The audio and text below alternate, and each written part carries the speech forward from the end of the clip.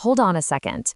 If you're over 65 and you own your home, please stop what you're doing right now and listen to this. Because what just happened on October 22nd could genuinely change everything for you. I'm not trying to scare you, but I am trying to wake you up. Because what the DWP has just confirmed could quietly impact thousands of older homeowners across the UK. And the truth is, most people haven't got a clue it's even happening.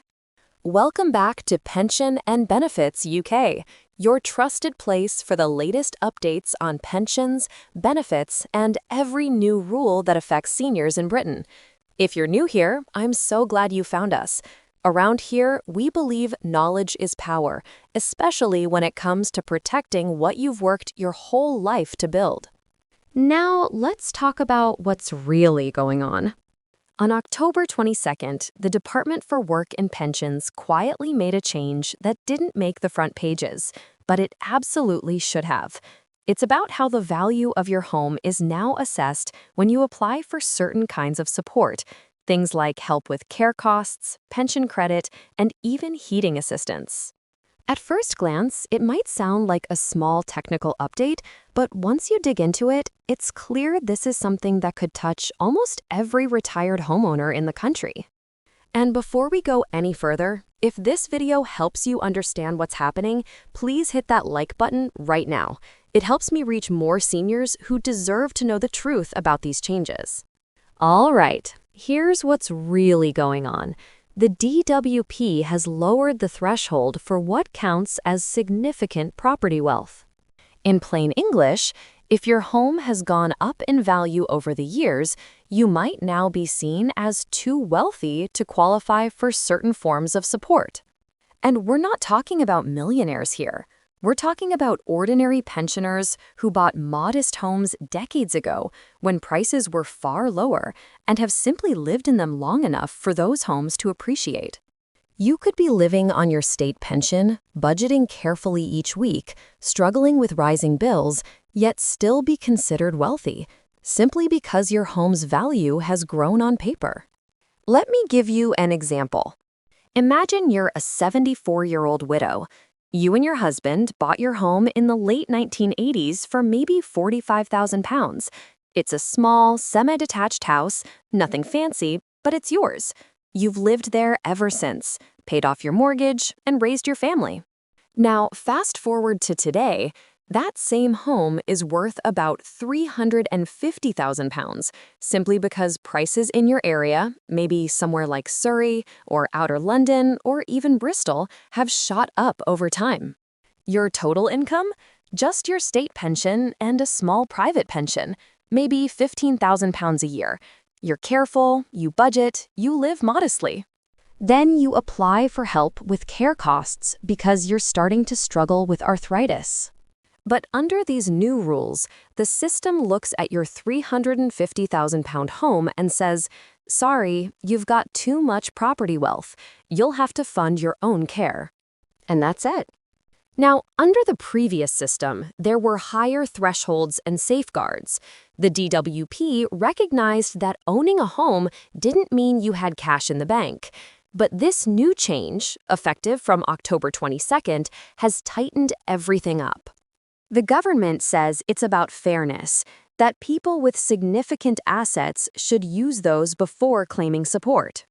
But let's be honest, for most seniors, that home isn't a luxury or a nest egg, it's their security. It's the one stable thing they've built after decades of hard work. And here's the problem. You can't buy groceries with bricks. You can't pay the energy bill with your home's value unless you sell it or take out an equity release. And equity release comes with serious consequences. Let's talk about that for a second, because this is where things can go very wrong if people don't get advice.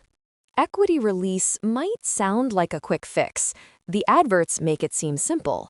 Unlock the value of your home while still living in it. But the reality? The interest rates are much higher than normal mortgages. The debt grows rapidly, and before you know it, what you owe could double, sometimes even triple over time. It can also drastically reduce the inheritance you might have hoped to leave behind. And once you've taken equity release, your flexibility later in life is gone. You're locked in. That's why so many experts are now warning that this DWP change could push seniors toward equity release out of pressure, not choice. And it gets worse. Because these new rules don't take regional differences into account. Someone living in a modest 3-bedroom semi in London or the Southeast could easily have a property worth £500,000, not because they're wealthy, but because of where they live. Meanwhile, someone up north with a much larger home might only be valued at £180,000 and therefore qualify for help. So effectively, seniors in the South are being penalized simply because of geography. Let's take another real-life scenario, and this one really frustrates me. Think about all the people who bought their council homes through the Right to Buy scheme back in the 80s and 90s. These were working-class families, often on modest incomes, who were encouraged by the government to buy their own homes. They took out loans, scrimped and saved, and after decades, finally paid them off. Now, those same homes, once worth maybe £30,000, are worth £300,000 or more. And under these new DWP rules, those people could now be disqualified from the very support that was supposed to help them in later life. That feels like the government moving the goalposts halfway through the match. You did everything right. You worked, paid national insurance, paid your mortgage, contributed to society. And now you're told, sorry, you've got property wealth. You're on your own. For many, that feels like a broken promise. Now, I know some of you might be thinking, well, this doesn't affect me yet. I'm not claiming any benefits. But here's the thing. None of us know what the future holds. You might be healthy and independent today, but life can change. Sometimes suddenly. You might need help in 5 years or 10 years. These rules affect the safety net that's supposed to catch you when that time comes. And that's why I want to stress, this isn't about panic, it's about being prepared. So let's talk about what you can actually do. First and foremost, get proper advice. Don't guess, don't assume, and please don't rely on rumors or Facebook posts. Speak to Citizens Advice. They can explain exactly how these changes apply to your situation, free and in plain English. Age UK is another brilliant resource. They have trained advisors who understand how property wealth interacts with care funding, pension credit, and local authority support. If you can afford it, you might also want to speak to an independent financial advisor, but make sure they're fully regulated and not trying to sell you products. Next, make sure you're already claiming everything you're entitled to. Tens of thousands of pensioners miss out on help every single year simply because they don't realize they qualify. Check whether you're entitled to pension credit, attendance allowance, or council tax reduction. Even if you were rejected before, it's worth checking again because thresholds and rules do change. And remember, there's absolutely no shame in claiming support you've earned through a lifetime of contributions. You've paid into the system. You deserve to get something back. The next step, and this one's so important, is to talk to your family. These conversations can be uncomfortable, I know. Nobody wants to sit down and talk about care or what happens if you need help managing your home. But it's far better to have those talks now while you have time to plan rather than in a rush later on. Let your children or loved ones know about these new rules. Make sure they understand your wishes, your finances, and your concerns. If you haven't already, get your paperwork sorted. Things like a will and lasting power of attorney. These documents make life so much easier for your family if something unexpected happens.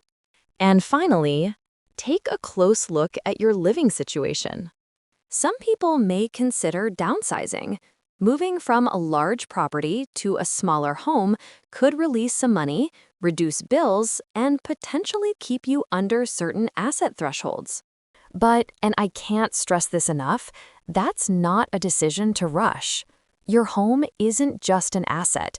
It's your memories, your neighbors, your comfort. The financial side has to make sense, but so does the emotional side. Take your time, get advice, and think about what's right for you.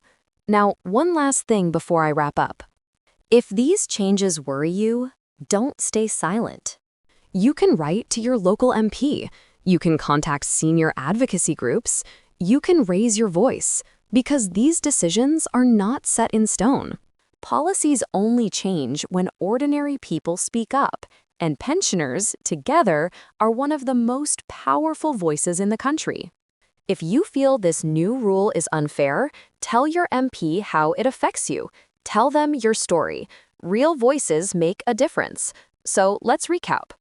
The DWP has changed how they assess home ownership and property wealth, starting October 22nd. It affects how benefits like pension credit, care cost support, and heating help are calculated.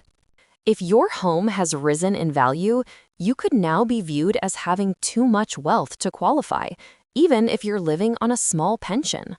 The system doesn't account for regional differences, which means people in higher value areas like the Southeast could be hit hardest. And these changes could push more people into difficult choices, like selling their homes or using risky equity release schemes.